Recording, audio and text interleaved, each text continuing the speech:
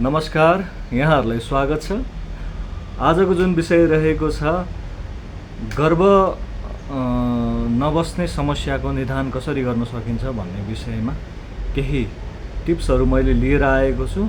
त्यसको अनुसरण गरी तपाईहरुको समस्याको समाधान गर्न सक्नुहुन्छ। सुरु गरौँ।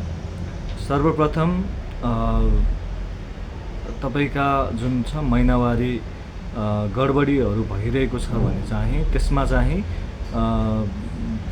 जुन पाठेघरको जुन छ त्यसमा चाहिँ डिम्बनलीहरू चाहिँ विषाक्त भएर त्यसले चाहिँ पाठेघरलाई चाहिँ एकदमै दुर्बल बनाउने कामहरू गर्छ, जसले गर्दाखेरि जुन स्पर्महरू जुन छ जुन संसर्ग क्रममा चाहिँ जुन स्पर्महरू छ त्यसले चाहिँ कलेक्ट गर्न सक्दैन, जसको कारणले गर्दाखेरि चाहिँ त्यसमा चाहिँ पाठेघरमा चाहिँ त्यो बच्चाहरू नबस्ने त्यस्तो समस्याहरू हुन्छ।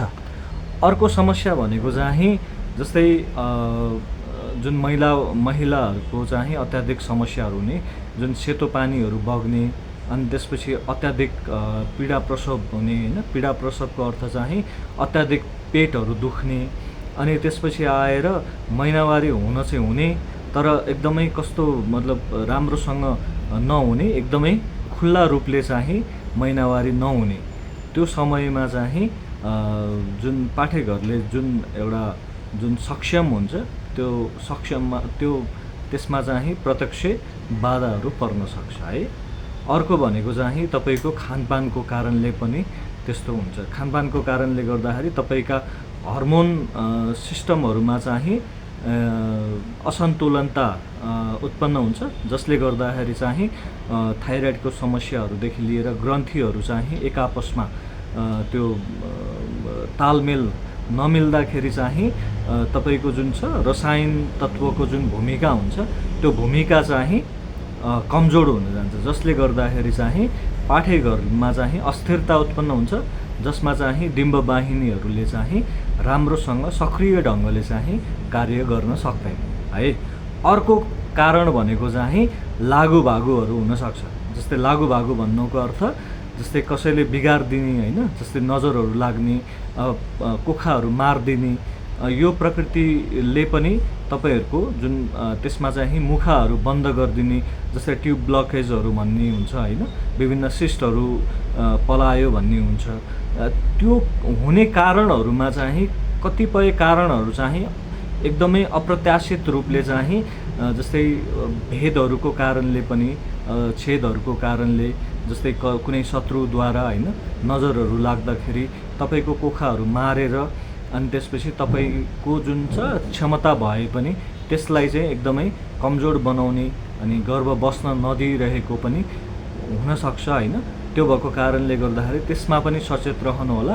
हस्पिटलमा तपाईहरुले मतलब उपचार गराउँदा पनि कुनै किसिमको रिजल्टहरू आएको छैन हैन, दबाईहरू प्रयोग गर्नुभयो, विभिन्न प्रक्रियाहरू पूर्ण गर्नुभयो तर पनि कुनै रिजल्टहरू आइरहेको छैन भने चाहिँ तपाईले एकचोटि लागुभागुमा चाहिँ विचार गर्नु होला, ताकि हैन कुनै नजर दोषहरूको कारणले गर्दाखेरि तपाईहरुको कोखाहरू बाँधिएको हुन सक्छ। त्यसमा चाहिँ त्यो बाँधिएको कोखाहरूलाई फुकाएर जुन नजरहरू हटाएर, भेदहरू हटाएर अनि आफ्नो आभाहरूलाई चाहिँ स्ट्रङ बनाएर, बलियो बनाएर, ग्रहहरूलाई बलियो बनाएर पनि समाधान गर्न सक्नुहुन्छ। अब त्यसमा अब मैले भन्दाखेरि त्यो मान्ने नमान्ने तपाईको कुरा हो हैन। त्यसमा चाहिँ विभिन्न कारणहरू हुन सक्छन्, यही कारण भन्ने चाहिँ निश्चित होइन, तर पनि तपाईले त्यसमा चाहिँ विचार गरेर लागुभागु पनि हुन सक्छ, अप्रत्याशित दोषहरू पनि लाग्न सक्छ। विभिन्न दोषको कारणले गर्दाखेरि ती दोषहरूमा चाहिँ विभिन्न विकारहरू प्रवेश गरेर तपाईको जुन पाठेघरलाई हैन जुन मुखाहरू जुन छ त्यसलाई चाहिँ कमजोर बनाइरहेको हुन सक्छ। त्यसमा चाहिँ पूर्ण विचार गर्नु होला हैन, पूर्ण समाधान गर्न सक्नुहुन्छ। अहिलेको लागि चाहिँ अब मैले यो जुन जानकारी दिएको छु यो जानकारीहरूमा चाहिँ विशेष ध्यान दिएर कसरी यसको समाधान गर्न सकिन्छ त्यसमा चाहिँ लागि पर्नुहोस्। यति भन्दै अहिलेको लागि म बिदा हुन चाहन्छु। धेरै धेरै धन्यवाद।